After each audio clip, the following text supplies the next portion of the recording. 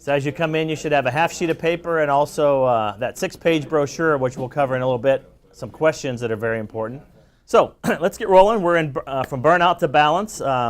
Before we get started, if you don't have that website written down yet, there was like 150-some sessions, and I figured out that I couldn't be at all 150. So what we did with Pastor 360 and Concordia is we set up bestpractices.church. Now, so if you didn't get a chance to go to some of the other presentations that we offered, if you go to that page, you'll be able to see the presentations, get the slides.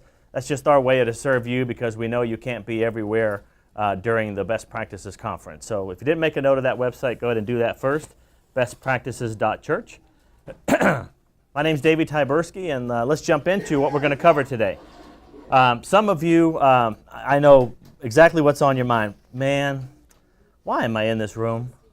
Like, can it get any worse than listening to this guy Tyburski, man? Come on. Well, let me tell you, I'm going to answer that right now. It could be worse than sitting in this room. All right, eyes on the screen. It could be worse. I don't know about you, but I hate Mondays.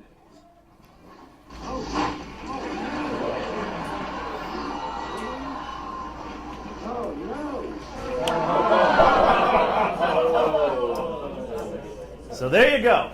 So there's the first part of getting in balance is it could always be worse, right? So now that we got that one out of the way, let's talk about what we're going to cover today. Just like this awesome bar stool that I get to sit on, there's 4 legs on this chair. There's 4 legs on the chair you're sitting in. So we're going to cover 4 legs of the presentation today. The first thing is, folks, you're not going to hear me until you know me. So I'm going to share a little bit about my history and how I got from where I was to where I am today, because I know when I'm like you and I go to an event, sometimes we only see the person that's up presenting, but we don't know the behind the scenes of what really happened for them to get there. So we're going to share that in number 1. Number 2, we're going to talk about some troubling headlines and statistics. Number 3, your challenges and issues, ideas and solutions to overcome them. Now, right here, everybody say pause. Pause. This is a group participation activity. Everybody say pause. Pause. So I don't have slides to present to you on Burnout to Balance. The slides are being created right now as we speak. This is how we do things at Pastor 360. The agenda is all about you. So right now, Julie is compiling everything that you handed into her about what's on your mind. So I could take 23 years of leadership experience and I can just dump you with a bunch of information that I think you want to know. But I know it's important for you to find out the things that you want to know that's specific to your situation. So right now, we're creating the content of this presentation, which, by the way, don't know if that's happened at Best Practices, but that's how we do it here. So we're going to get some time for Julie to put that together, but this is where we're going to dive in on number 3, your challenges and issues and ideas, solutions to overcome them. So that will be a very important part. It's going to be in about 30 minutes from now. So those of you who just came in, there's still time. There's still time to take that half sheet of paper, write what's on your mind, give it to Miss Julie, and she'll make sure that she categorizes those for me, and then we'll start rolling and diving into some of those pieces. Before I show you leg number 4, let me just get a temperature check of the room, not from a temperature perspective as far as hot as cold, but who's in here with me today? So let's start with pastors, senior pastors, associate pastors. Who do we got in the room? Okay. Just as important, pastors' wives. Just as important, church workers, teachers. If you didn't put your hand up, what do I got? What flavor of ice cream did I miss? Vickers. Okay. See, in my mind, you're already there, brother. I'm already putting you in that first category. So, anyone else that I missed? Okay. Yes, right here. Just. Take the word just out of that. Take the word just out of that. I'm just a pastor. I'm just the pastor's wife. No, you're not.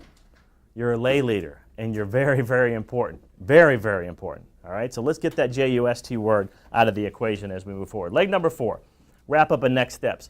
Guys, they only gave me about an hour to cover about 23 years of stuff. So what I'm going to try and do is give you as much as I can, pour my heart and soul out to you. But the good news is there'll be some additional resources on that website, and we've also got some other steps for the pastors in the room if you want to learn more about how we do and how we do it. If that makes sense, say that makes sense. That makes sense. You guys love this already. Like, dude, this guy's going to make me call back all day. Yes, I am. Absolutely, because this is a group participation activity. Folks, you won't hear me until you know me. I have to be honest. Confession time. I did not want to be here. Like, I did not want to be a speaker. You know what I really wanted to be growing up? An NBA basketball player. Because check it out. I had the hair. right? I had the basketball in my hand. Yeah, that's me. That's the benefit of having a sister-in-law that was going through cosmetology school when I was that age. So she had the blessing, or the curse, to try out her perm stuff on me, and that was the end result. And yeah, for the guys in the room, I had the yellow pick sticking out of my jeans. You don't see that outline right there now, but I used to have the yellow pick to take care of my hair. So that's what I wanted to be. I wanted to be an NBA basketball player. So I figured if I had the hair, I had the poster, I was just lacking a few things. I don't know, maybe a jump shot, being able to play defense, maybe being height challenged, and many, many other things. You got it, brother. So the good news for you is I'm not an NBA player. I'm actually here. Now, let me tell you a little bit about my history. That's my mom and dad. I grew up in Pennsylvania, just south of Pittsburgh. Anyone from Pennsylvania? Anybody know where Pennsylvania is? Got you all. All right. So I have 3 older brothers. I'm the baby of the family. As we talk over the next few minutes, you'll start figuring out I knew he was the baby of the family. Yeah, the good news about me, and I think it's good news for you, is this. I learned all the things not to do growing up. See, being the baby of the family, you got a front row seat of life. You get to watch your brother, second oldest brother, throw a pumpkin through one of his teacher's window during Halloween. So the baby says, I ain't never going to do that. So you get to see your oldest brother, you know, on some ice in Pennsylvania trying to do some fancy things with his car and slamming it into a pole. And the baby gets to sit back and go, I ain't never going to drive fast on ice. You see how that baby thing works? But here's the cool thing about the baby of the family. It also works in life. See, one cool thing about Pastor 360 is we have many folks who have been there, done that before us, that we can learn what not to do. We have many folks that have come before us that are a pastor's wife that can give us great ideas of what to do and what not to do. Great ideas about when certain situations come up in life, how they handled it. So that's why I love being the baby of my family.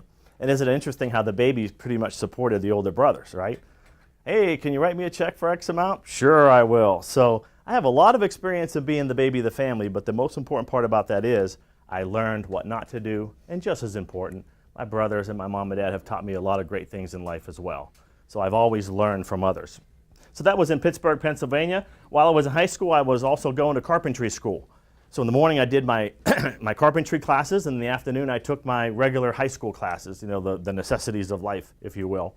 And I graduated top of my carpentry class out of 65 kids. You can clap. It's good, brother. It's all good. Yeah, but it wasn't like that. You know, when I first went to carpentry school, I was that kid the instructor didn't like. And finally, Mr. Moody pulled me into his office and said, Davy, you've got some potential. You got to start focusing on what we're teaching here because you can really do some cool things as a carpenter. See, it takes people like that sometimes to take us in and say, there's potential, but you got to get over here on this right track, right? So I graduated top of my carpentry class. I worked one winter in Pittsburgh, Pennsylvania, and decided it was, too cold to be a carpenter, right? So what did I do? I packed up my bags at 19. I left my 3 older brothers, my mom and dad. I went to Fort Lauderdale, Florida. I worked one summer as a carpenter, and what did I say? Man, it's too hot to be a carpenter. So here I am at the age of 19 trying to figure out what do I do next. So the part of the story that I didn't tell you is growing up, my brother and I worked at the Menneson Ambulance Service, so I was an EMT paramedic. And at the age of 17, my graduating class was only about 84 kids. Unfortunately, it was 83 because I was called to a vehicle accident where one of my friends was killed by another vehicle. And I have to tell you, at that point in time, let's just say I didn't know Jesus. So it was very hard for me to get through that. But what I learned about being an EMT paramedic is this: there is nothing better in life, and pastors and pastors' wives and everybody in this room hear this, there is nothing better in life than waking up knowing you're trying to make a difference in somebody's life. And that started at the age of 17 for me when Christine Kokari passed away in that vehicle accident. So what I did is I moved to Fort Lauderdale, Florida. It was too hot. I'm like, I got to find something else to do. I looked at EMT paramedics. It's the same problem everybody has in this room. EMTs, school teachers, paramedics, pastors, pastors' wives, church workers, ICU nurses, any nurse in general that's serving, compensation's horrible. For what we do in life, the compensation wasn't right. At the age of 20, that's what was my thought process. So I looked for an ad in the newspaper. It said EMT paramedic wanted for a patient support service company. This company I started to work for had products for patients with spinal cord injuries and severe burns. So that passion of serving others, I was able to live. Fast forward, I started as a $10 an hour employee delivering the products to emergency rooms and ICUs. being able to see patients that were on those products walk out of a hospital, not a better feeling than that in the world. Started our National Customer Service Department, which was about 1,500 agents. I started our Servants Heart Foundation, which was a 501c3 to raise money for folks in the community in San Antonio, Texas. And then in 2004, something unique happened. The company went public. I was with them for 23 years. Every year they give you a piece of paper. I have no idea what this paper means. My mentors say, put it in the safe deposit box, it'll make sense one day. That day it made sense, called stock options. So the other interesting thing that happened after we went public in 2004, in 2006, this is where it hits home again. I was called into the CEO's office and she said, Davy, you've got to figure out, I was the Vice President of Corporate Communications, you've got to figure out how to take God out of our core values because our international customers aren't playing with that too well. Think about what I've told you so far about my life. Do you think I had some sleepless nights? I did. Went home that night, I said, Gail, honey, we got to plan my retirement. I see where this is going. The days of waking up every day serving the patient is now all about the stock price. And we're taking God out of the core values. I don't want to be a part of that. So I retired. This is what I did when I retired. I looked back on day one of retirement and I thought about my family. This is Dylan. He's our youngest. It's my wife, Gail. There's Kevin, and there's me. So that's a pretty cool story so far. I'm a pretty successful guy, right? Now looking in the rearview mirror, do you know how many baseball games I missed? Do you know how many family dinners I missed? Do you know how many times I wasn't there for a friend in need? Do you know how many times that when I got a call from my wife and she said, honey, you've got to stop working 16 hours a day, I ignored her? Do you know how many times my kids said, Daddy, please put the computer down and come out and sit with me? It felt like I wasn't even in the picture. So when I talk about burnout to balance, I know what that feels like. I know the pain of looking back in the rearview mirror, and I had problems, opportunities for improvement. I look across this room, I multiply that by 100 for everybody that's sitting in front of me. You see, you got a lot more going to process that than I did. I was just a corporate executive. Let's go back to compensation for a minute. Doctors save lives. They do surgery. They save people's lives. Would you say they get appropriately compensated? Right? They get appropriately compensated, right? What about the people saving souls? Are they appropriately compensated? Not in my opinion. You may have a different opinion, but Davy Tyburski says no. You're not appropriately compensated for what you're doing. So here's the challenge with all that. As I look back in my rearview mirror, I know that I wasn't there in the times I should have been there. And the good news is I've corrected that. But sometimes as a pastor, sometimes as a pastor's wife, doesn't seem like there's any answer. Doesn't seem like there's any way we can change that. And that's what this session's all about. I'm going to take you through those heartaches and pains that I lived with probably for about an 8-year period. And we're going to talk specifically about some of the challenges. Here's what I hear. My boss expects me. Well, then there's an expectation problem set up between you and the boss, if you will. I hear things like, well, my career is so important because if I can't pay the bills, then I can't send my kids to school. I'm here to tell you that after I cut back, I still paid the bills and still sent the kids to school. There's always a way out. You just have to know the right way to do it. So I did retire, took about a year off, hung out with Gail a whole bunch. See, my plan was I got to catch up because I was a knucklehead for 8 years. So I was like, I'm taking a year off. I ain't doing nothing. I'm going to be a couch potato. There's my dog Tucker hanging out on my chest. Let's just say after a while, the pendulum was a little out of whack. So I was kind of not around enough, and then I was around too much, right? So Davy and Gail had to learn how to put that back into balance. What's the key word there? Balance. Say it again. Balance. Balance, right? So balance is a very important thing. And then what was interesting to me is this. I said, you know what, with all that, and that's where I started to find Jesus, I'm like, I went to the seminary. I went to the seminary.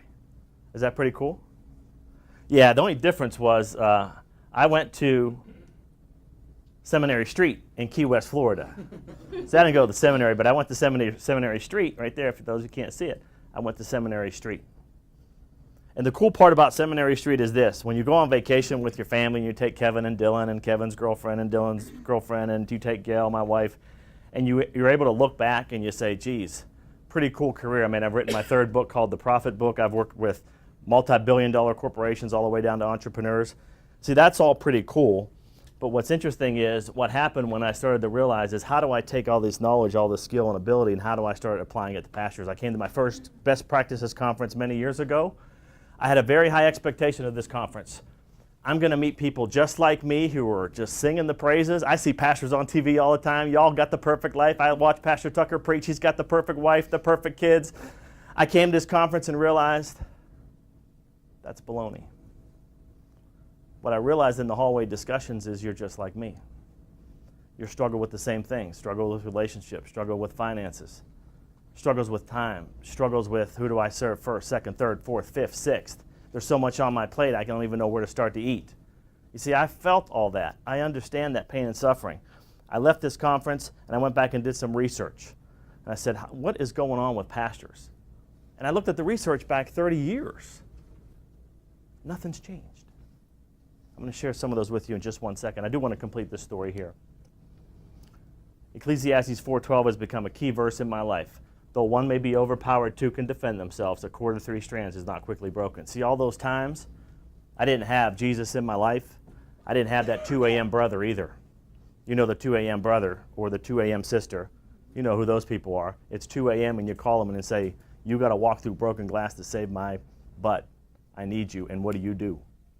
You're the 2 a.m. sister. You're the 2 a.m. brother. I didn't have a lot of those people in my life. Looking back, that's where I jacked up. That's why this verse is so important to me. So after I left the conference, I did some research, and I'm like, I'm going to create Pastor 360 for one mission and one mission only. It's all about you, making life and ministry better for pastors, pastors' wives, and pastors' families. Hooked up with a few of my friends. Pastor Tucker, Pastor Kieschnick, Pastor Wagner, and now we all together serve as the Pastor 360 team. So people ask me all the time, and I have a very hard time explaining the joy that I get out of doing what I do today in the 501c3 of Pastor 360. So if you'll bear with me, I'll let someone else explain it to you, and you'll kind of see how joyful I am about serving pastors and pastors' spouses. When you guys first had the video introduction, I was at a low point personally. And when I got the invitation to be on the video introduction, and then heard what it was about, it was not like, it was and is an answer to prayer. Well, so far it's done a couple of things. As a son, it's been encouraging to see the support that my father's getting. So from every aspect, you can look at all the goals and objectives, but really it's the genuine investment of men who actually care about me and my spiritual life and my walk as a pastor and a husband and father and grandfather. Oh yeah, before and after. I mean, it's you can even see it in how he thinks through process. And I can even notice just in the last 2 months, and he and I had a distinct conversation I won't get into a couple of months ago, where old habits were starting to creep back in. And I think a lot of it is due to Pastor 360, that those did not conquer him. Rather, I noticed that he sought out help, and in seeking out that help, curbed the way he was thinking about a problem. And so rather than seeing the build up, blow up, that takes a toll on anyone, it was the build up, seek support. And I think in his willingness to seek support, you see growth. And he's only been in this right about a year. And it's something that I've never seen him do. To have the opportunity to have men of God like Jerry Kieschnick and Bill Tucker and Steve Wagner and Davy invest in me personally and care about me personally, I can't begin to express how much it means. That's why I get out of bed. I mean, there's nothing better than, it kind of takes me back to the days of seeing a teenager who was in a vehicle accident walking out of the hospital after being in ICU for months and just going, I had a little bit to do with that. That's how we all feel at Pastor 360. We just have a little bit to do with stories like that and helping pastors and helping PKs and helping pastor spouses. So here's the problem. The problem is every hour a pastor leaves the pastoral ministry. You guys see the headlines?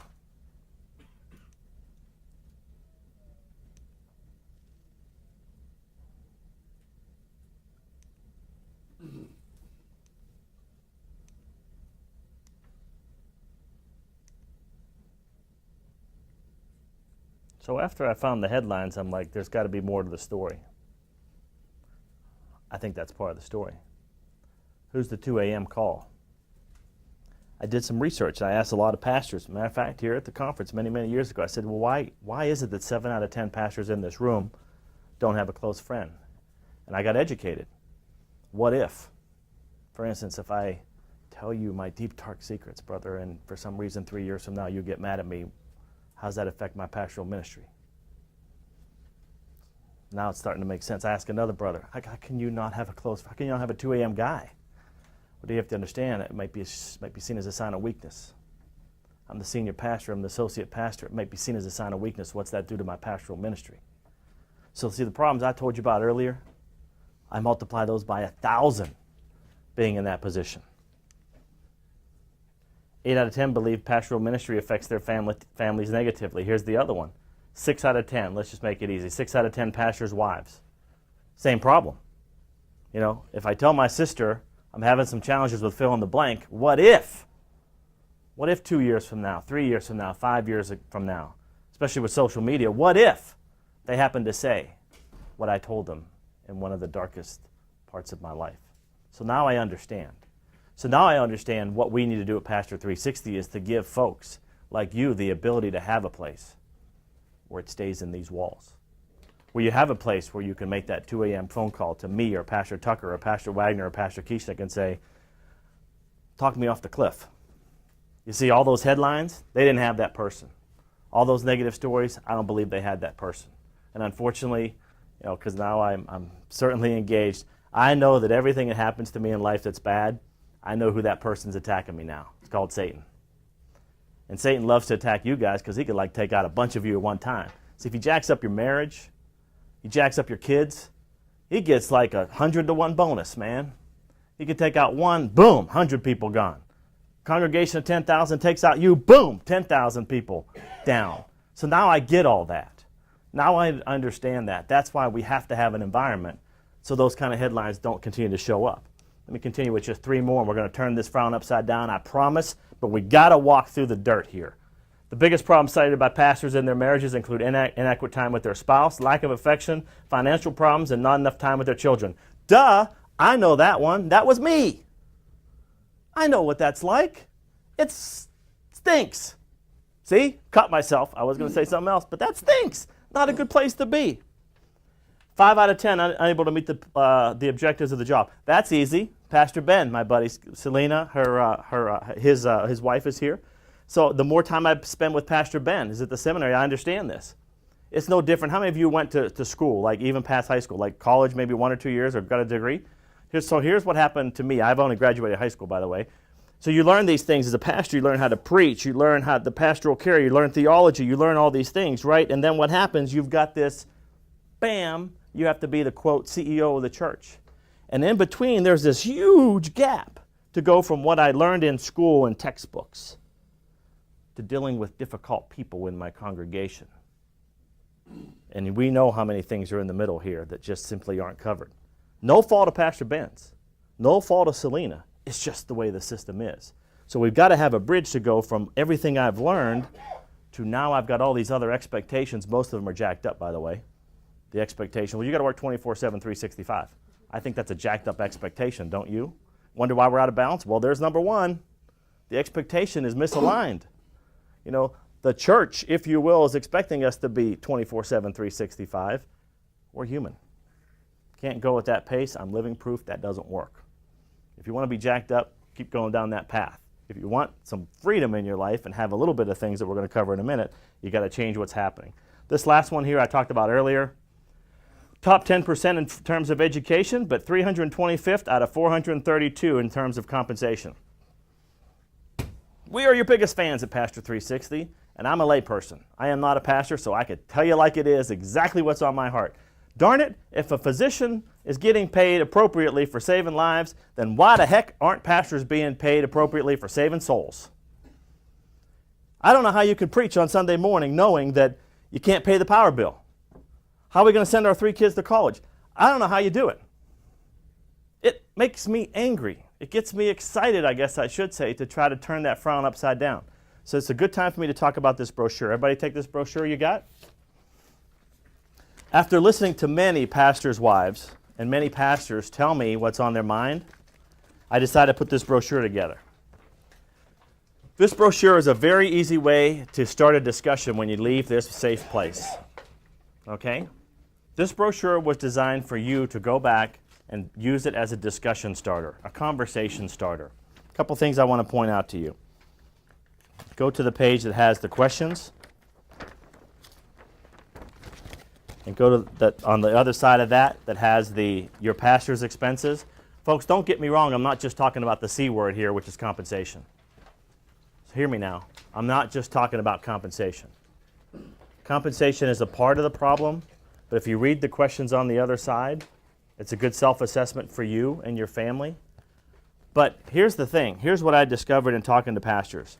You can't talk about compensation. You can't talk about being overworked and underpaid. You can't talk about working too many hours. So all I simply did there was give you questions you can hand to your church elders, maybe folks within the church council. So all they do is when they read the question, you know what? They go, when is the last time we talked to make sure that we're supporting our pastor? When is the last time we asked him how he's doing or how he's not dealing with certain situations? Don't worry, I got plenty of brochures, brother. You have him. Just let him go at it. It's all good. We got one being ripped up, but actually I think he wanted to get to the most important page. So he ripped it off, and he's going to keep that one right there. So again, that brochure was designed for you. I'm not going to cover any more of it in detail now, but the whole idea of the brochure is just to stimulate some discussion when you get back home. Next thing I want to cover is this one right here.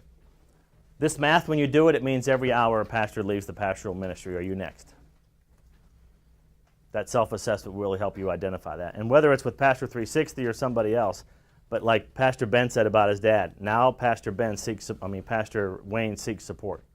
There was build up, build up, build up, blow up, which are those ugly headlines we read. We want it to be build up, seek support. Let's get you back on track.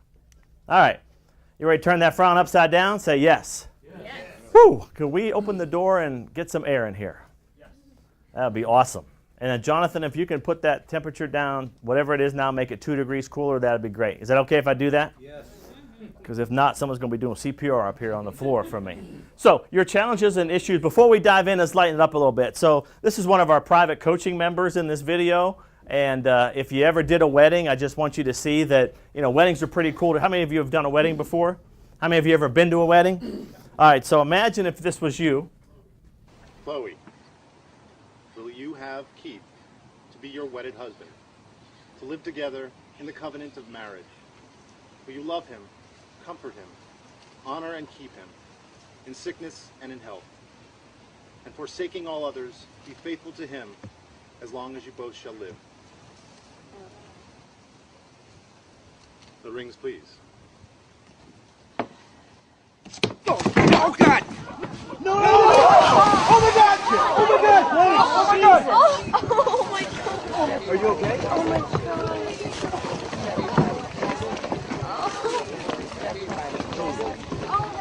God! So, hey, the good news, I'm always looking for the good news. The good news is, man, imagine the story they get to tell their grandkids. Bobby, you're never going to believe it. When me and Grandpa got married, we actually swam. Yeah, just a great story, right? All right, everybody say pause. Pause. Guys, I had to take you through some dirt. So I want you to think about this as a teaching point. Whenever you're doing a training, whenever you're doing a sermon, whenever you have to take people down to the depths, you got to get them out. I love laughter. To me, laughter is one of the best gifts God has ever given to us, where we can chuckle. Now, let me just, besides being cooler, did you feel the whole environment of the room change after that video? Everybody laughed. We're out of that state of mind where things stink, right? So let's talk about what we're going to do moving forward. That was all rearview mirror, looking back at the statistics and all that. Now let's look forward through the front shield, the front window, and let's talk about what we can do about some of these challenges to get us all back in balance. But a video is a great way to do that. I love to, when I talk to groups of 10,000 or even 1,000 or even 100 folks, I love to use video to kind of break it up a little bit. So if I have 4 legs of the chair, usually I'll do a video in between each of the legs just so we can change the momentum of the room. So that was the whole idea of that. Everybody say play? Play. All right, so let's dive into it, and we're right on time. So here's the next thing we're going to do. I want to remind you, plans go wrong for lack of advice. Many advisors bring success. Proverbs 15:22. Using a dull axe requires great strength, so sharpen the blade. That's the value of wisdom. It helps you succeed. See, this verse is very important to me as well, but I know that there's always one. There might be someone in here who's like, I got it together. I'm balanced. I got it. Don't need coaching. Don't need a mentor. Don't need that two-way. If there's one of you in here, I'm talking to you. I'm not looking at anybody in specific. I'm just looking around. If there is one, let me help you with this. Great verse from me, but check this out. I've had the blessing to share the stage with Joe Theismann, Michael Jordan, Sir Anthony Hopkins, kind of like you would consider folks that are at the top of their game, right? So I always, when I'm hanging around folks like that, I like to ask them one question. And here's the question. What would you do different, Michael Jordan? What would you do different, Joe Theismann? Or the other question I ask is, what contributed to your success? Why are you so successful? You know what the common theme was between every one of those folks I mentioned? They don't just have one coach or mentor. Some of them have 5 or 10 coaches or mentors. So my question to you is, who is in your life that's making you think differently? Who's pushing you? Who's encouraging you? Who's trying to get you think differently? And most important, when you're in those down times, who's the one that's telling you what not to do, and who's the one telling you what you should be doing? So that's why I relate to that verse very well. So here's what we're going to do. Let's get personal and let's bring this home.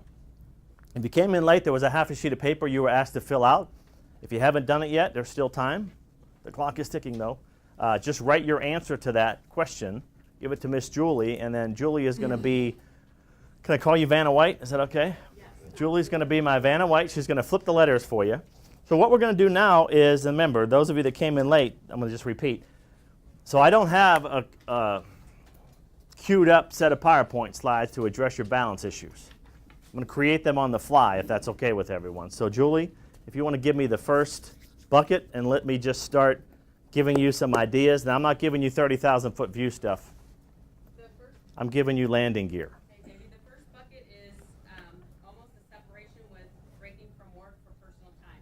Okay. Time management is huge. Time management's a big part. Okay, good. All right. So let's talk about that. So now, if that was not your specific topic, I still encourage you to take notes. Because here's one thing I realized. If it's not a problem now, it will be a problem soon. So take a few notes as I go through these things. Time management, I break it down into 2 areas. R stands for relationships, and E stands for expectations.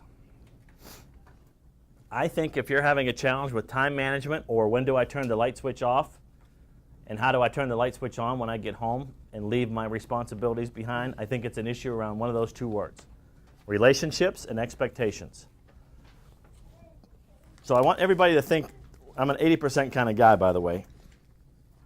Thank God I'm in God's Word, because I used to beat myself up thinking I had to be 100% perfect dad, 100% perfect husband, 100% perfect employee. And for many years, I carried that set of luggage, and it didn't feel too good. It got kind of tiring. So whatever I talk about here, I'm going to cover 80%. May not work for everybody, but 8 out of 10 it will certainly work. I want you to think right now. If you need to, you can take a little nap. Close your eyes and think about the last time you got jacked up with someone. You had an argument, a disagreement, something just wasn't right. Think about that time. Answer this question. Was it because the relationship was strained with that person, or maybe because the expectation wasn't exactly right? Give you a perfect real-world example. Everybody open your eyes. Here's one for me. 8 times out of 10, it's one of those 2 words. For me, it was Dylan, who's 19, took his car into Discount Tire to get some new tires and rims. I thought Gail was going to pick him up from Discount Tire. She thought I was going to pick Dylan up from Discount Tire. Guess what? None of us picked up Dylan. So do you think there was an expectation problem between Gail and I? That's what caused the problem, right? So the expectation was jacked up. I think about my corporate career days where I had a relationship with IT who did a lot of our software programming, and my stuff never got done. Was no surprise my stuff never got done because I never took the time to build a relationship with the IT folks who made me look good. So I want you to focus on relationships and expectations. That's 30,000 foot. Everybody with me? So I want you to run it through that filter next time. If you're feeling out of balance on time, do you have the right relationships built? Now, let's talk about relationships. People you can delegate to. Well, you got to have a good relationship with them in order to delegate. You got to be able to trust them, like them, confidence, courage, all those things come into leadership. Let's talk about expectations for a minute. Are you setting the right expectations when you ask people to do things for you? Great technique, landing gear, is what I call the echo technique. Anybody want to take a guess what the echo technique is? You echo back what you think you heard. So you ready? Gail's example. Okay, honey, if I understand correctly, you're going to pick up Dylan. No! Davy, you're going to pick up Dylan. Okay, so I'm going to pick up Dylan. Got it. See how that could have prevented the major fire because none of us picked up Dylan? So the echo technique is very, very valuable. And all I do is just echo back what I think I heard. This is very complicated when somebody gives you instructions that aren't giving you very clear instructions. So example, who wants to play along? Ma'am, will you play along with me? Is that okay? What's your first name? Tamara. Tamara. So this is Tamara. Tamara's going to give me something to do. And there's no limitations on what you ask me. Just tell me I got to do something. Tell me.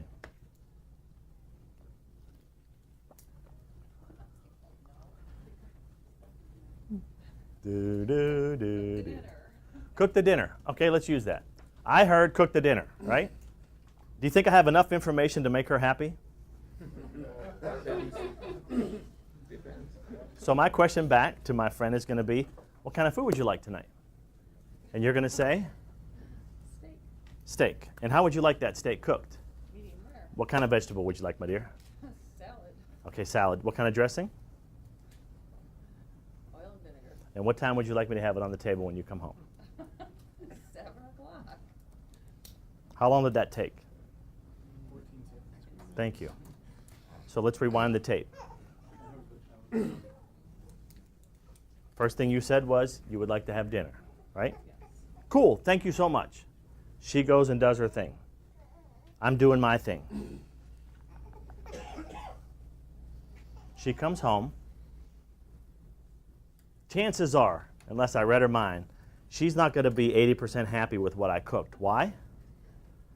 Because I didn't clarify her request. So let's break down echoing and clarifying a request. Is this helping anybody, by the way? Okay, so let's break down that for a minute. I want to know what, write this down, what you want me to do.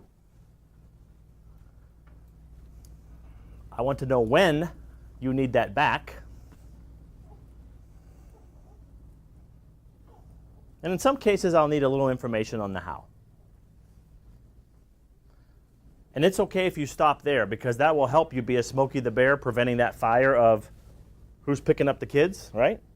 Those 3 questions alone will help you be a Smokey the Bear. But here's the other one sometimes, won't work with dinner. Why? Why do you want me to do that? Why do you want me to paint this wall green? Because someone could give me the instructions of what? I need you to paint the wall. I need it by next Friday. Why?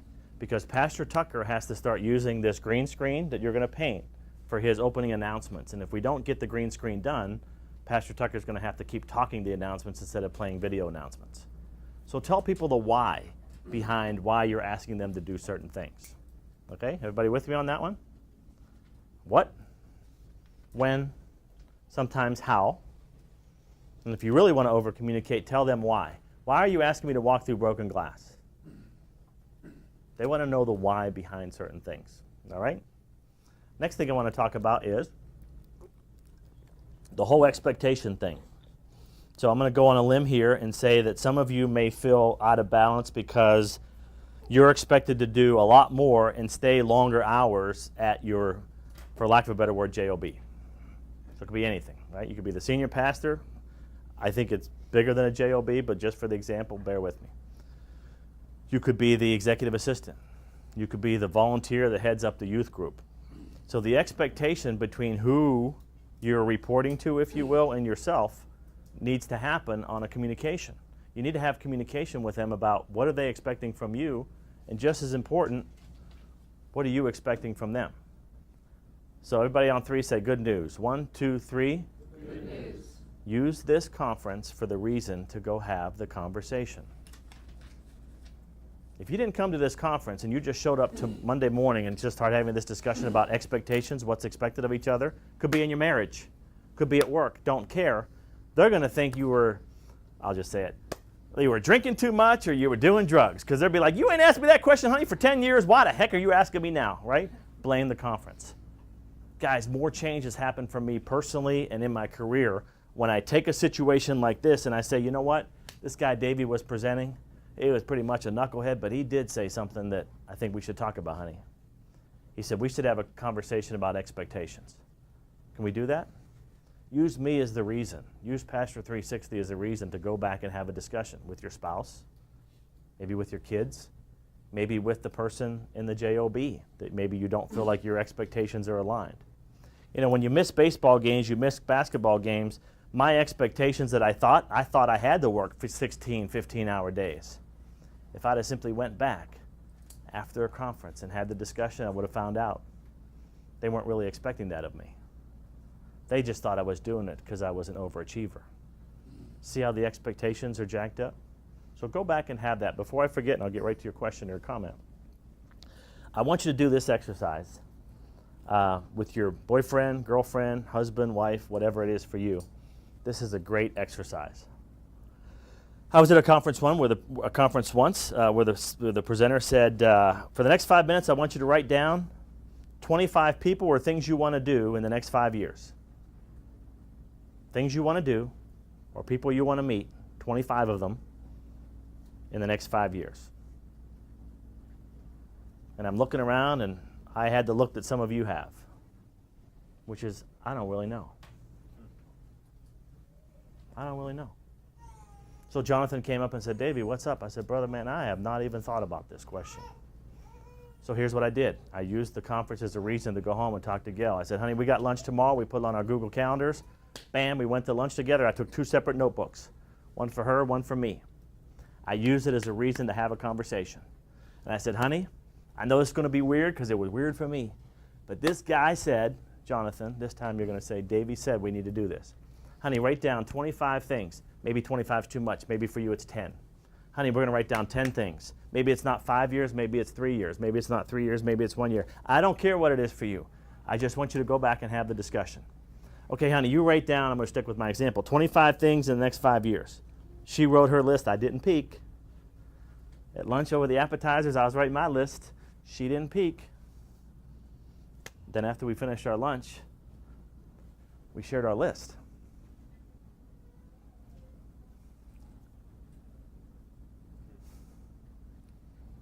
At that point, we're probably married, this was 21 years at that point. I'm sorry to say, I never had that discussion until then. Out of the 25 things, check it out, 7 were almost exactly the same. So when I talk about relationships and expectations, so instead of working against each other around relationships and expectations, why don't we have a conversation about, honey, let's work on these 7 things together. One of the things on the list, Gail loves animals. She'll be the first to tell you, I hope this is okay, she loves animals more than people sometimes. I love animals. We have 2 dogs, and we just love animals. So we write checks now every month to the Animal Defense League. Now, that's a corny story. Another one on the list was watch a Key West sunset together. So the Seminary Street, do you remember where that was taken? Key West, Florida. And we did watch a sunset together. So my encouragement to everybody in this room is, even though it's common sense, it's not common practice. See, the common sense things in life aren't common practice, which is why we get jacked up, right? We're working too much. Have you had a discussion about expectations? If you're jacked up at home, are you having a discussion with your husband or wife about, honey, we're not aligned, let's talk about that. Simple exercises like that can make all the difference. So now we're aligned on those 7 things. We're not, here, complement, conflict. What's going to complement your relationship versus worrying about the things where we don't agree on? Let's put our energy into the 7 things we agree on. So out of the 7, I'm happy to say that we have 4 left. We've done 3 of them. But do you see how that helps keep you in check and keep you more in balance? So we're going to take question number 1 here. I got no problem with making her dinner. The problem's when the demand competes with another expectation. She wants dinner at 7 o'clock. Yep. I got a meeting at 7 o'clock. Sure. So are you guys married or just sitting next to each other? I thought I'd piggyback on it. So pretend you're married. No, I don't think we can do that. But anyway, here. So here's a couple of things. So I'll go back to this, and again, cough medicine. Sometimes, you know, and sometimes we just got to take cough medicine. It don't taste good, but after about 3 hours, the sore throat goes away. Can I give you some cough medicine? My challenge to you, brother, and my challenge to every sister in this room is ask yourself, WIN, what's important now? And here's what I mean. I challenge you from this point forward, when someone sends you an invitation for a meeting, you ask yourself this question. What's important now, and do I really need to be there? Now, I understand in the pastoral world there are some things you can't delegate. There are some things you got to show up for. I understand as a pastor's wife, there are some things you got to show up for. But I want you to run it through that filter first. What's important now?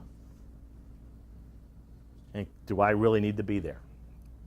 I don't know what the 7 o'clock meeting was, but in my mind, here's what I'm thinking if I'm in your shoes and that was my wife. I'm going, what's important now? Just so you know, I've been on the road. This is my 10th day being on the road. I haven't seen my wife for 10 days. Been the longest it's been for like 10 years. I haven't done this forever. I was in Los Angeles teaching entrepreneurs, came right from Los Angeles to here. WIN for me on Saturday afternoon, what's important now is Gail and I go to lunch. And ain't nothing getting in the way of that, because that's what's important now. So I challenge every one of you in these meetings that we all go to, you know, when you have a meeting, to schedule a meeting, to discuss when you're going to have the next meeting, to figure out what you're going to talk about at the meeting, to go to the meeting. Well, I got everybody on that one. Do I need to be there? Pastor Tucker and Greg Stiles do a great job with this at Concordia. They have a lot of exercises they go through. I can tell you this, Pastor Tucker does not go to every church meeting. Pastor Tucker shows up for the meetings that he needs to make a decision on A or B. You see, he's got his team so well tuned and the engine's running so well that they've already done all the heavy lifting. Pastor Tucker doesn't have to be in the discussion about, are we going to paint the wall the shade of green XY74 or XY73? Who gives a crap? Pastor don't need to be involved in that meeting. Come to Pastor Tucker and say, here's the benefits of this color, here's the benefits of this color. Pastor, brother, give me an answer. Bam, that's a 10-second meeting.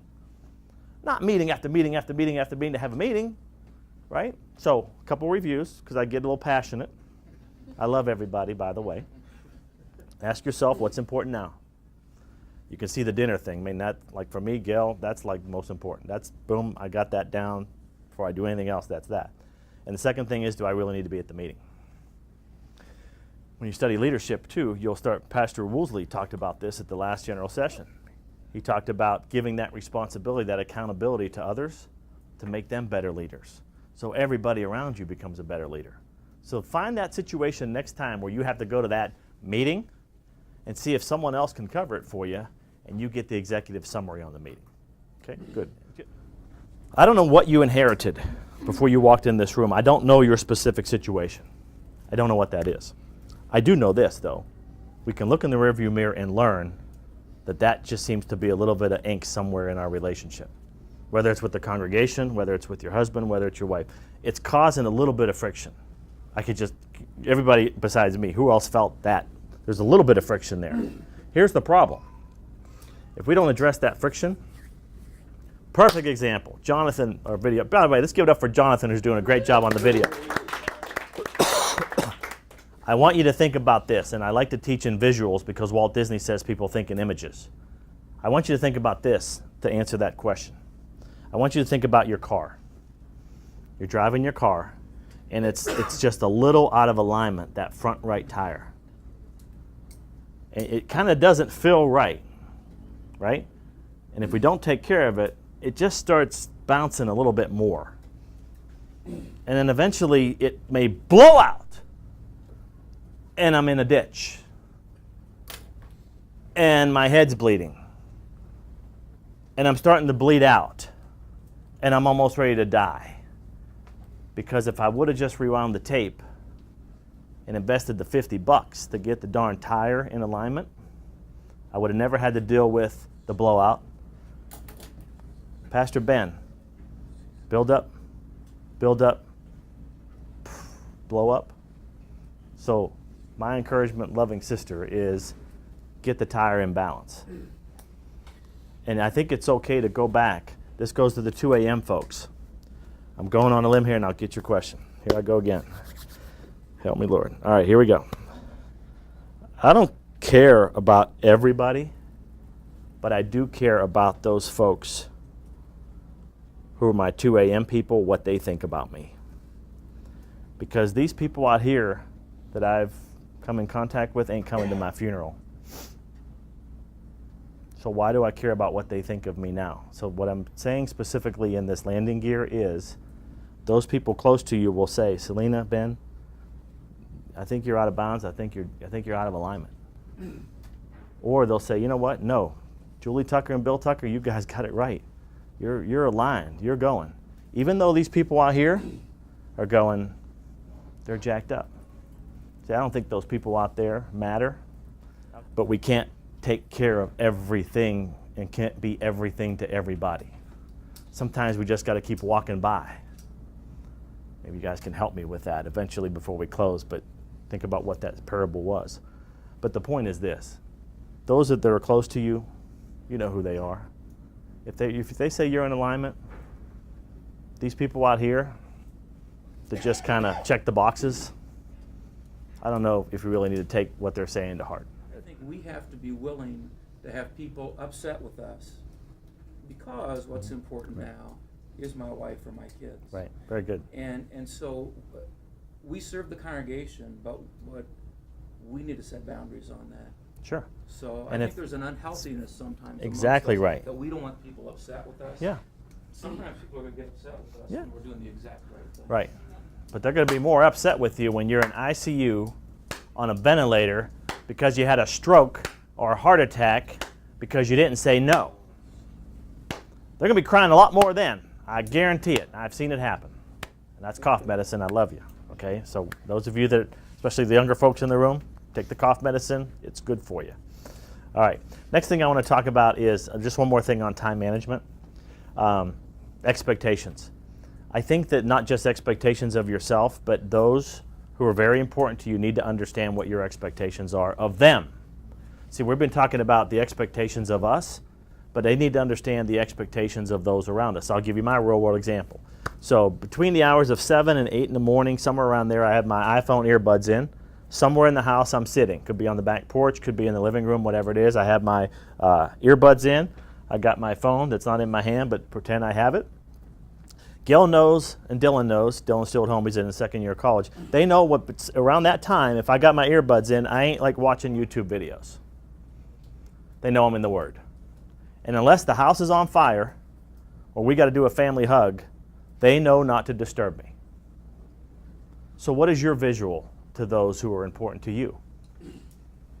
For me, it's earbuds in between 7 and 8. They know I'm in the Word. So unless the house is on fire, we got to do a hug, they know not to interrupt me. What is it for you? Do the others around you know what's important now for you? Another example, you need to know your highs and lows of the day. I am horrible about 2 Central time. Like between 2 and 3 Central, I will agree to anything. I am so weak at that time, all I do is throw a Frisbee to my golden retriever. That's all I can do, because I am horrible. But here's the problem. If you don't know your highs and low times, you're being sucked into things that probably you should not be dealing with, like important decisions around pastoral care or whatever it is. Do that in your high time. Your low time, make sure people know, say it's your nap time, right? Just like me right now. Right around here is a good time for me to take a nap. But the point is, make sure people know around you when your high times are so they can schedule with you to complement your schedule as compared to conflicting with your schedule. All right? Julie, give me another one. You've answered kind of a Vanna White. bunch of them, so the next. Wow, you're really challenging me here. Okay, so again, this is a group activity. I'll give you a couple ideas, but I'm sure that the pastors and pastors' wives in the room want to jump in. Everybody can jump in, actually. But let me give you a couple things on that. So I think the whole time management thing is I think that we all think we need to say yes to everything. And here's why. Okay, everybody right now, close your eyes and think of time. Close your eyes, think of time. Open your eyes. It's unlimited. Did anybody see anything? I just saw like, I got all this time in the world. All right, ready? Close your eyes again. Now I want you to pretend your time is now a suitcase. It has the lid, has the bottom, has the two sides. It's got the two latches on the front. I want you to unlatch that suitcase. I want you to open up the lid. And I want you to think about what's important now and who's important now. I want you to put that in the suitcase first. Then you can put some of the other things in. Open your eyes. So the next time you're wondering time, I want you to think, I learned this from Gail when we used to go on trip, we still go on trips, but she doesn't take as many now, like the shoe suitcase. Like this is like so funny because like every time we used to go on a trip, she's gotten better. She's coachable. But I remember like she's putting the stuff in and like, and I'm like, honey, it ain't gonna, that other pair ain't gonna fit. So what does she have to do? She's got to take some of the shoes out. So what do you have to take out of your time suitcase? Do you really have to be in the 2-hour meeting? See, because that only, 24 hours in the suitcase. Maybe I could be at that meeting for a half hour. Now I just freed up an hour and a half. What am I going to put back in? I'm going to my kid's basketball game. That's what I'm going to do with it. What are you going to do with it? So I want you to think of time as a suitcase from this point forward. So here's let me see if this ever happened to you about meetings, okay? I'm staying until 5:30, but if you want to go, it's all good. I won't be offended, but I'm staying until 5:30. Here's what I love about meetings. This will help you tremendously. From this point forward, I don't care if you're a volunteer, I don't care if you're having a meeting with your husband or wife, you need to set some expectations on the meeting. Here's a simple question. At the beginning of every meeting, and this may get you down to 30 minutes, by the way. Folks, today we are here to cover fill in the blank. Here's what's in the discussion today, and here's what's out of today's discussion. And if we were all in a meeting together, we would take 5 minutes and do that right now. So just for fun, give me a good church example to use with the group. Let's say we had a meeting. What would we be meeting about? Somebody give me something, hopefully a softball. Elders meeting. And what's the main objective? Just communicate? Sure. Okay, so... Decide Easter worship times. Okay, great. All right, so Easter worship times. So guys, hey, together guys, hey, we're here to talk about Easter worship times, okay? So let's talk about what's in this meeting. So what has to be discussed at this meeting? Give me one bullet point. One time the egg hunt. Boom, what time? Next one, what else do we have to cover? Okay, you kind of go through, okay, boom, stop. Okay, once you do that for like 2 minutes, because here's my thing. 10 seconds of silence means we're done. If we're in a group this big and it's 10 seconds of silence, I'm like, boom, we're moving to the next subject. So here's the first subject. What's in the meeting? What are we going to talk about? I think it's more important than what's in. What is out of today's discussion in this meeting? Probably doesn't happen in your world, but in my world, there's always, how many? There's always one that in this meeting that we're talking about Easter worship times, they want to talk about Christmas worship times. And they keep talking for 20 minutes about Christmas worship, hypothetically. Not that that's ever happened. But you know what that is? That's all emotional decisions and emotional I have to talk. So if we agreed up front that we're only going to talk about these things and not these things, see how they can take your time down even more? I just think it goes back to the E. What are the expectations for today's meetings? What do we want to talk about? What's in? What's out of the discussion? Okay? Is this helping everybody? Landing gear stuff. All right, Julie, give me another one. Hopefully it's... Oh, please don't take me there. Providing time, personal, devotional time. Feeding thyself. Look, it's time suitcase, man. I'm a lay dude. I'm 20 minutes minimum. Sometimes, man, if I'm really on a roll, I'll do 35 minutes in the Word. If I can do it, why the heck can't you? You're supposed to be setting the example for me. Come on, man. What's in the time suitcase first? Right? I gave you the priorities. I'm not even a pastor yet. All right? Right? God, wife, family, church. So, like, what's first in the suitcase? Yeah. So the idea is, right, as a pastor's wife, like, you're all like, when are you not in the Word? Yeah, always. Okay, yeah, I got that, but let's tighten it up a little bit. I mean, I don't know when your high time is, but mine's like 7 to like 11 in the morning. Sometimes I may not be in 7 to 8, but man, I put those earbuds in, my world just changes. Like, I am so much more at peace now. Thanks, man, for like encouraging me to get in the Word. I'm not saying this to impress you, but to impress upon you how important this actually is. Because I didn't start doing that till about 4 years ago, and I've just completed the 3rd time going through the entire Bible. Well, I can't do that all in one day. So for me, it's 20, 30 minutes. And I know I should be doing more, but I figure, you know what, it's building a habit. And those days where I'm on a roll and I'm feeling it and the Holy Spirit's working, I'm like, man, I'm doing 40 today. There's been times where I'm there for an hour. But it's amazing, not that I have to tell you this. I got this workload. I run 3 businesses, by the way. I run the 501c3 for Pastor 360. I run my own speaking and consulting business, and I run my cousin's multi-million-dollar consulting business. I got stuff. You got stuff. You got stuff. You got stuff. We all got stuff, right? But here's the point. If I can do it, and I do it, I'm telling you how cool this is. God makes this other stuff a little easier for me. Like the stuff I thought I had to spend 2 hours to create this brochure. For some, I don't know how it works, but like I can get this done in 30 minutes. Like the Holy Spirit says, you got to make sure this is in there, and I just flow. So here's how I look at that, return on investment. I know I'm just a lay guy, so please don't get mad at me. I'm just telling you how I think and act. If I can invest 30 minutes in the Word to save 3 hours creating a brochure that's going to save a pastor's family, these ain't my words. I know that.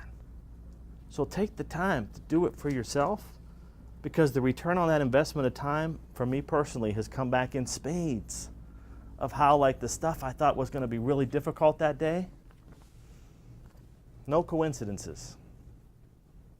And I heard it best from one of the students at Concordia University that I helped Pastor Tucker, Pastor Wagner, and Pastor Kieschnick teach. She drove all the way from Houston to Austin, Texas. I think that's about a 3-hour drive. It was raining that night. And we went around the room, and we said, why are you here? Now, some of the students only had to walk down the steps because they were at the university already. This woman drove 3 hours in the rain to be there. And she said, this changed my life. She said, anything that happens to me, I know it's gone through the Father, the Son, and the Holy Spirit. So I'm good with it. And I was like, wow, you get it all the time. But when it got me that day, I'm like, so to your point, 20 minutes investment for yourself, 30-minute investment for yourself, for me, has paid tremendous dividends on the stuff I thought was going to be hard to do. I think it says it's possible now with God. So that would be my encouragement to you. All right, next one. Relationship and the ability to... This is why we have a 2.5-day Pastor 360 Summit, because that's like a lot to cover. Selena, you were there, right? And was that okay? Would you say it was a good time? Yes, it was amazing. Yeah, so if you guys have a chance, that's why I gave you the brochure. I mean, please come and see us a little more, but I'll kind of break those down. I think everybody needs a date night. I think it needs to be on the calendar. I think at a minimum it needs to be once a month, but if you can do once a week, that's even better. Like, I think from a relationship perspective, who are the most important people in your life? Like, you got to have date night. You got to have date lunch. Maybe you got to have date breakfast. Look, whatever that is for you. Common sense is not common practice. I mean, I'll give you another real-world example from me. I don't have my phone on my butt, but it's over there somewhere. But I know, for instance, that a few years ago we didn't do this. I had my own schedule. Gail had her schedule. She's an ICU nurse. She works 12-hour shifts 2 days a week.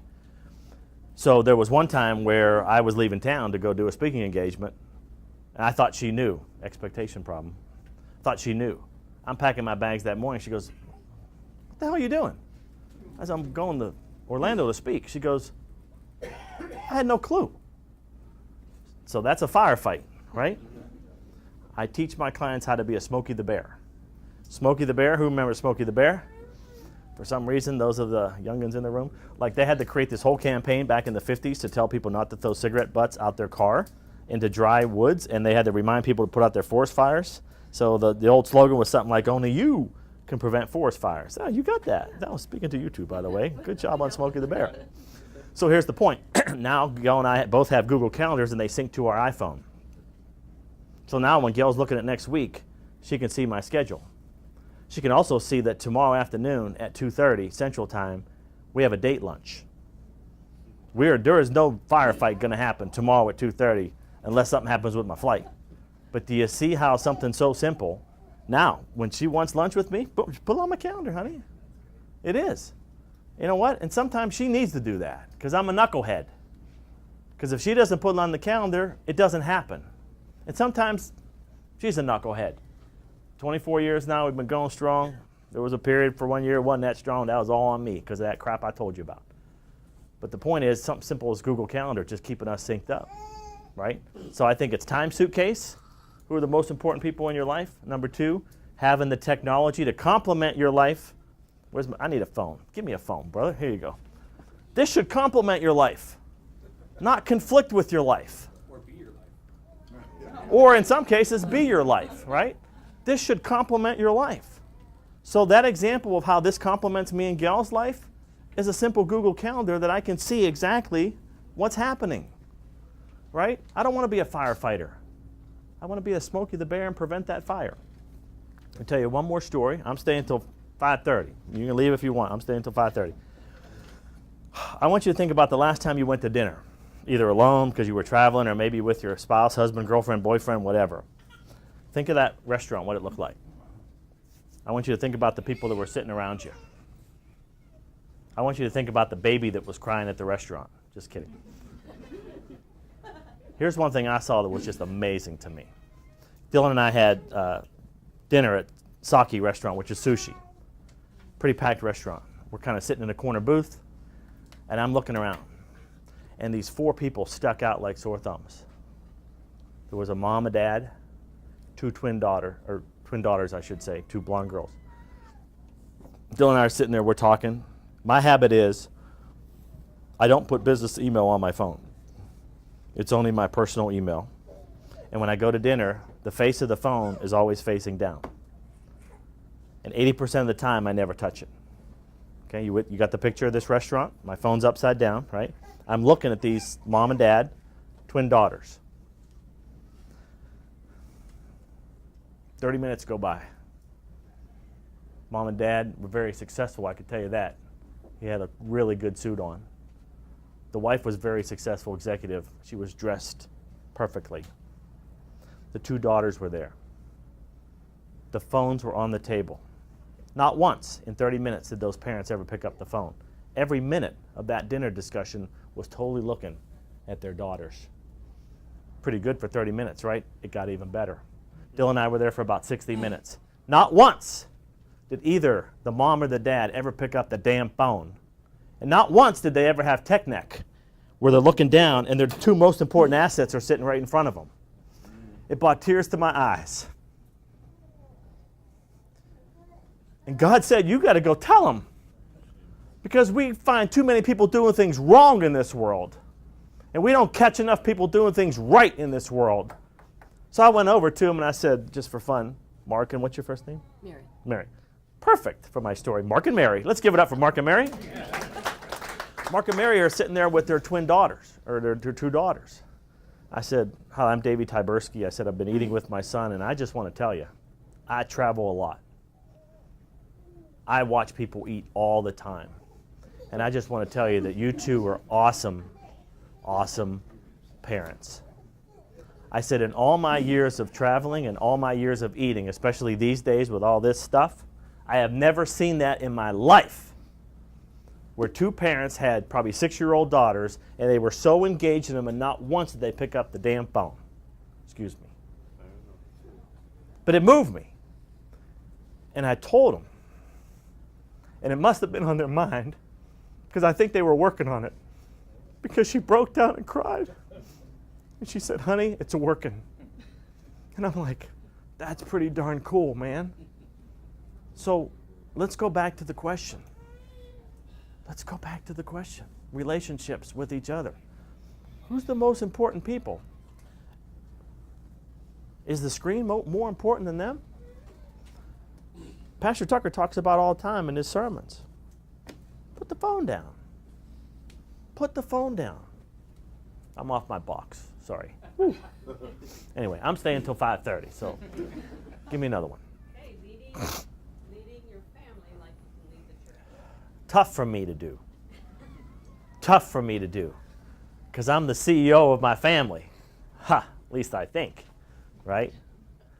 I think actually what that is going back to having that discussion with your husband or wife when you go home, and you're going to use me as the reason, because if you just go back and say, honey, we're going to go to lunch, and we're going to write down 25 things in the next 5 years we want to do, I think that starts the discussion about the expectations moving forward. Maybe if you're like me, you got to say, honey, I've been a knucklehead for a few years.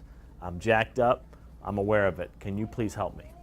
And this is what I'd like to do, honey. I'd like to have date night once a week. Can we set that up on the calendar, right? I think it goes back to having the discussion about what we need to do moving forward. I can't change the rearview mirror. But what I can do is see where I'm going to go and how we're going to change these things. Ask me the second part of that, Julie, one more time. Okay, I'll just tell you like it is. I don't pay any of the bills in my house. Gail works part-time, ICU nurse. I don't even see the checkbook. Gail's expectation, it's her responsibility to take care of that. I don't need to own everything in my house. I don't need to do everything in my house. In my opinion, it's better to have everybody involved. I'll give you another example. In my speaking business, when the kids were small, I send out these 6-page brochures when I consult with clients. This is part of my marketing. Dylan and Kevin used to put the stamps on the brochures. Everybody's involved in my house doing everything.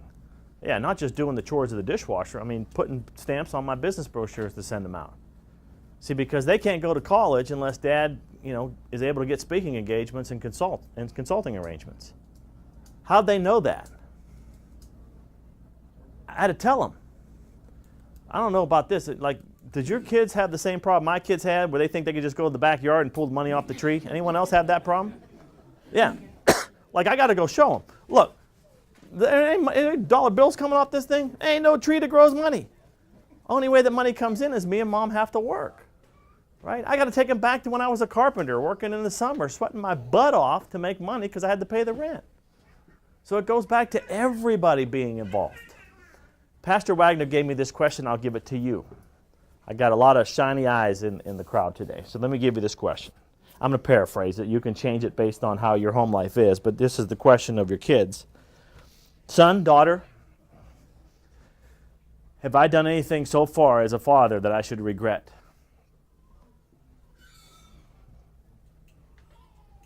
Cough medicine. Mom, Dad, maybe you're a daughter, maybe the son. Mom, Dad, have I done anything as your son or your daughter that I should regret?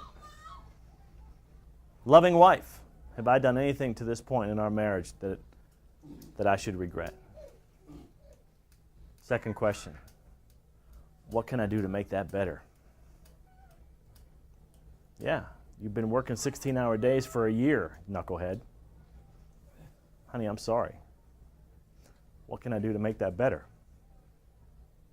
Until you engage in the discussion, it's going to be the same old tire on the car that's out of balance, that eventually the tread's going to wear, and there's going to be a blowout, and you or your family may be the next headline. Don't want that. Use me as the reason to go back and have the discussion. Okay? So we're going to go 1 and then 2 over here. So 1, go ahead. What does Pastor 360 cost? Well, that's a great question, but I would encourage you not to think of it as a cost. What is it worth to you? I think of it as an investment. And I'll give you a real-world example. And again, I'll tell you all about Pastor 360. You have the brochure. I'll give you a quick 30-second answer on that. What's the cost of preventing a major mishap in your pastoral ministry that causes you to be a headline? You don't have to sell me. Right. But the bottom line is. Let's talk in the hallway, because I don't want to turn this into a Gotcha. like a coaching thing. But you can definitely catch me in the hall or talk to Julie, and she'll give you my contact information. But those of you that are interested in learning more about us, you can go to I have a last slide. Can I put the last slide up just in case those that were leaving? So I knew that question would probably come up. You can go and do that 60-minute webinar. It'll explain everything to you, and I'm not going to be sitting in front of you trying to persuade you one way or the other. Because here's what I do know. I do know when you put a person like Pastor Kieschnick, how many of you would agree that he's overcome a few things in his life? How many of you would agree that Pastor Tucker, who, and I have permission to tell the story, when he went to Concordia 12 or 13 years ago now, Julie? How many was it? Almost 14. Time flies when I'm having fun. 14 years ago when things were so bad he had to clean the toilets. You see, people just see Pastor Tucker today, and they just see Pastor Kieschnick today, and they just see Pastor Wagner today as part of Pastor 360, but they don't see the struggles that they've all been through that either you had or you will have in your life in pastoral ministry. And like my dad told me, it's okay to learn from your mistakes. But what I said to Dad was, Dad, I'd rather learn from other people's mistakes than my own, like my brother's. Like, I will never throw a pumpkin through my teacher's window at Halloween. Like, I learned that lesson, but I didn't have to be the one who had the consequence, right? So that's part of it. And again, we can chat more about that. So we did have number 2 here. So, okay, cool. So we got 5 minutes left. I'm staying until 5:30. Helpful to you guys? Yeah, thanks. Good. Any other questions or comments? Julie, you have any? You got an easy one for me? Okay, so here. There's never enough help. So here's how you fix that. Every one of you right now have at least, catch this, one of me sitting in your pew. You see, I used to be a cheek in the seat. Sunday morning, go to the sermon, get up, leave the church. I'm good. I checked in, right? And it wasn't until, 6, 8 years ago where I realized that I could have a bigger impact if I got my cheek off the seat and into the game. So here's my encouragement to that question, whoever asked it. What questions are you asking of those folks who are in your 2 a.m. club to let them know to be on the lookout, antennas up and ears open, for the Davy Tyburskis and the Davida, if you will, of women in your congregation that need to get their cheek off the seat and into the game? And what are you doing to have coffee with that person? Because Pastor Wagner talks about all the time in Pastor 360, it's not about addition. It's about multiplication. So I'm a multiplier in what we're trying to do. How do you get more multipliers in the game? Whether it's your children's ministry, whether it's your music ministry, whether it's your men's retreat, your women's retreat, I can go on and on. But there are people like me that just need you to ask the right question or give them the right invitation, and now you start building more people who want to go out and find the unchurched, that want to go out to the apartment complexes, that want to go out under the bridges. Because you can't do it alone. And when you try to do it, guess what? You get burned out, you get jacked up, Satan loves it, takes you, the family out, boom. And I ain't letting that dude win. So we can't do it that way. We've got to get the people off their cheeks out of the seats and into the game, and that's one way to do it. Ask the right questions. Last thing I'll leave you with is this. You've got to remember, 99% of the population thinks you're a TV pastor and you've got it all together. It's cough medicine, sorry, but I'm just going to tell you. That's what they think of you. That's what I thought of Pastor Tucker, Pastor Wagner, Pastor Kieschnick, every other pastor I've seen in my life. I thought that was their life, the TV life. What I realized was that ain't the life. And here's what makes the connection between me and Pastor Tucker so strong. Because he's just like me. And he doesn't have any problem saying that I'm a knucklehead. And he doesn't have a problem coming to brothers and saying, I'm having a challenge with fill in the blank. You see, I think that's a sign of strength, to go and ask for others for help. And I think my encouragement to every pastor wife in the room and every brother pastor in the room is this. Sometimes you just got to let it rip. And you got to go have the cup of coffee and say, I'm close to breaking, man, and I need some help. Can I count on you? How can somebody say no to that request when you're saving souls, not just saving lives? So go out and change your world, and Pastor 360 is your biggest fan, man.